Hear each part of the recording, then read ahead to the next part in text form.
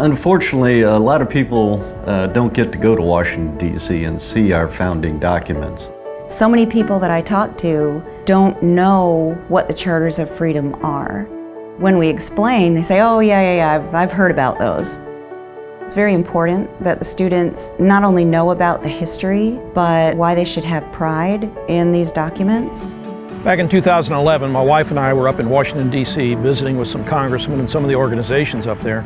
We had some free time, so we decided to go over to the National Archives.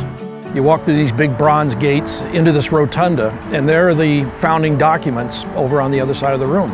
These are known as your Charters of Freedom. The first time I saw the Declaration of Independence, something our founding fathers had actually penned, and saw their signatures, Thomas Jefferson, Benjamin Franklin, John Adams, Rutledge, and the others, I just got goosebumps. I remember the thought came to me, what if I could duplicate the experience I had up in Washington? The first time we saw the Charters of Freedom, what if I could bring that experience back to the citizens of Burke County? Then, on July 2nd, 2014, we dedicated the first Charters of Freedom monument outside of Washington, D.C.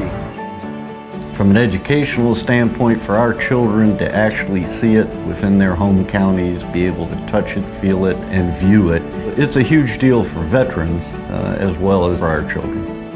Imagine, if you will, 3rd and 4th grade school teachers bringing their classes here for annual field trips to learn a little about the documents, a little about our government, our founding fathers, and also about state and local history while they're here. I think with the educational system, teachers and educators are sometimes limited by the materials and just time. So to be able to provide teachers with the educational materials that they can use to kind of focus their visits to these sites, that's exciting to me.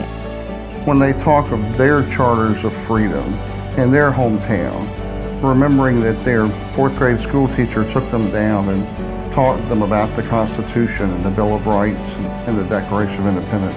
We're in the beginning of what could be a massive re-education of our founding principles. Our goal as a foundation is to set monuments in as many communities as possible over the next 9 years to provide access to our founding documents in the communities so the children and people of these communities don't have to go all the way to Washington, D.C. to experience these documents in a proper setting. That they will no longer talk about the Constitution and Bill of Rights in Washington, but be talking about their Constitution and their Bill of Rights, the ones they grew up with right in their home community.